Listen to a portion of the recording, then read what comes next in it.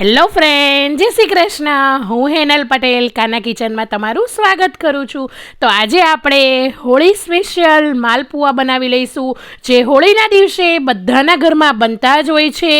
અને આપણે જે માલપુઆ બનાવશું એ ચાસણી વગર બનાવવાના છીએ, એટલે ખૂબ જ સરસ એવા ઘઉંના લોટના બનાવીશું, જે એકદમ હેલ્ધી હોતા હોય છે. તો ચાલો આપણે માલપુઆ બનાવવાની શરૂઆત કરી લઈએ. તો એક બાઉલની અંદર 1 વાટકી જેટલું પાણી એડ કરવાનું છે. પાણી અહીંયા નોર્મલ આપણે જે માટલાનું પાણી હોય છે એ જ લેવાનું છે, ગરમ કે ઠંડુ પાણી નથી લેવાનું. એની અંદર 1 વાટકી જેનાથી મેં પાણી લીધેલું છે એ જ માપથી અહીંયા ગોળ એડ કરી દેવાનો છે. જો તમે ગોળ ના ખાવા માગતા હોય તો તમે ખાંડ પણ એડ કરી શકો છો, અને ખાંડ અને ગોળ બંને અડધું અડધું પણ લઈ શકો છો. પણ એકદમ બોડી માટે, શરીર માટે આપણા હેલ્ધી હોય છે માલપુઆ. તો ગોળના બનાવશો તો ખૂબ જ સરસ એવો ટેસ્ટ પણ આવશે. તો આ રીતે ગોળને આપણે ઓગાળી દેવાનો છે.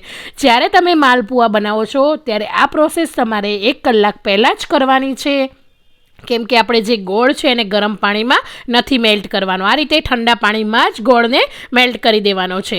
એ પછી આ રીતે સારી રીતે વિસ્કરની મદદથી મેશ કરી લેવાનો છે, કે નાના નાના ગોળના કણ હોય તો નીકળી જાય અને ઓગળી જાય. તો આ રીતે 1 વાટકી ગોળ, 1 વાટકી પાણી લીધેલું છે. એના માપ પ્રમાણે મેં અહીંયા 1.5 વાટકી જેટલો ઘઉંનો લોટ લીધેલો છે, જેનાથી આપણે રોટલી બનાવીએ છીએ. ઝીણો લોટ, એ જ લોટ લેવાનો છે, અને સારી રીતે થોડો લોટ એડ કરતું જઈને આપણે મિક્સ કરી લેવાનું છે. ને સહેલું માપ 1.5 વાટકી લોટ સામે 1 વાટકી પાણી અને 1 વાટકી તમે ગોળ લઈ શકો છો. અને જો તમને સ્વીટ વધુ પડતું જોઈતું હોય, ગળ્યું વધુ ખાવું હોય, તો ગોળ તમે થોડો વધારે પણ લઈ શકો છો. તો આ રીતે સારી રીતે મિક્સ કરી લેવાનું છે. અને તમે જોઈ શકો છો બેટર આટલું થીક હોવું જોઈએ. વધારે પડતું પતલું હશે તો તેલની અંદર જે માલપુઆ છે એકદમ ફેલાઈ જશે અને એની સાઈડની કિનારી કડક થઈ જશે. તો આ રીતે એકદમ સરસ એવું સ્મૂથ અને રિબિનની જેમ આ રીતે નીચે પડે એ રીતનું ઘટ બેટર આપણે તૈયાર કરી દેવાનું છે. હવે આ બેટરને 1 કલાક માટે આપણે સેટ થવા માટે રહેવા દઈશું, કેમ કે ઘઉં અને ગોળ આ બંનેનું મિશ્રણ હોય છે, એટલે આપણે 1 કલાક માટે તો રહેવા દેવું પડશે. તો ઢાંકીને તમારે 1 કલાક માટે આ રીતે કોઈ પણ જગ્યાએ તમે મૂકી શકો છો. કોઈ ગરમ કે ઠંડી જગ્યાએ એવું ના હોય, કે રસોડા પર પણ તમે પ્લેટફોર્મ પર આ બેટરને 1 કલાક માટે સેટ થવા મૂકી દેવાનું છે. 1 કલાક પછી બેટર તમે જોઈ શકો છો કે કેટલું સ્મૂથ, અને જે લોટ અને ગોળ છે બંને એટલા સરસ રીતે મિક્સ થઈ ગયા છે. મેં અહીંયા દેશી ગોળ લીધો છે, તમે કોઈ પણ ગોળનો ઉપયોગ કરી શકો છો. તો બેટર આ રીતનું હોવું જોઈએ. ને જો તમને વધારે પડતું ઘટ લાગતું હોય તો તમે થોડું પાણી એડ કરી શકો છો.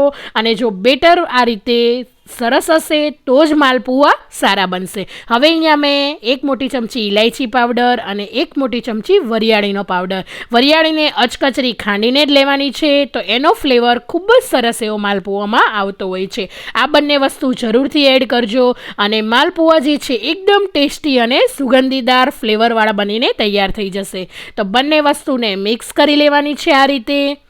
અને કન્સિસ્ટન્સી બેટરની આવી જ હોય તો જ માલપુઆ એકદમ ફૂલીને દડા જેવા અને અંદરથી જાળીદાર બને છે. હવે અહીંયા મેં તેલ ગરમ કરવા માટે મૂકી દીધું છે. તેલ આવી ગયું છે. તો અહીંયા હું નાના પેનમાં જેટલા સમાય એટલા માલપુઆ કરી રહી છું. જો તમે ફર્સ્ટ ટાઈમ બનાવતા હોય તો એક માલપુઆ પણ બનાવીને સરસ બનાવી શકો છો. તો આ રીતે બેટરને એડ કરતું જવાનું છે, વધારે પડતું નથી ફેલાવાનું. 1 મોટો ચમચો મેં અહીંયા એડ કર્યું છે, અને તમે જોઈ શકો છો આપણા બધા જ માલપુઆ જે છે એકદમ ધીમે ધીમે ફૂલી ગયા છે.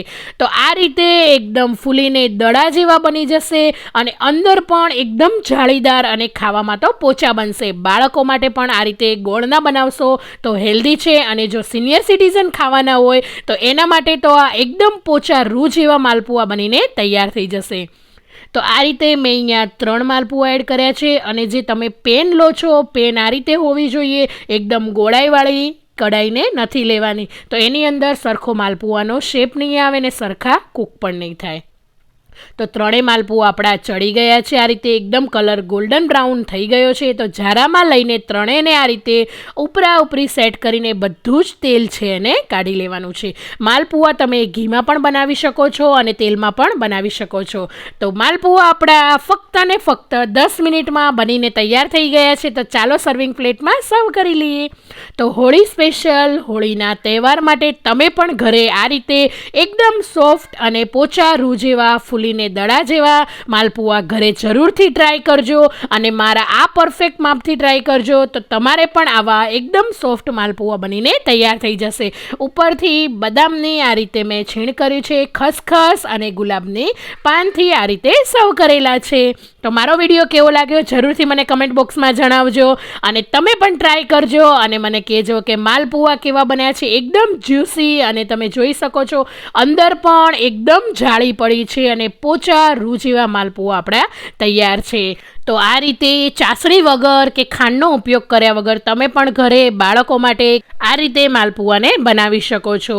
તો તહેવારોની શાન વધારે એવા માલપુઆ આપણા એકદમ સરસ એવા ટેસ્ટી બનીને તૈયાર છે અને આ રીતે તમે માલપુઆ બનાવશો તો એની સુગંધીની તો કંઈક અલગ જ વાત છે. ખૂબ જ સરસ એવી સુગંધ પણ આવતી હોય છે.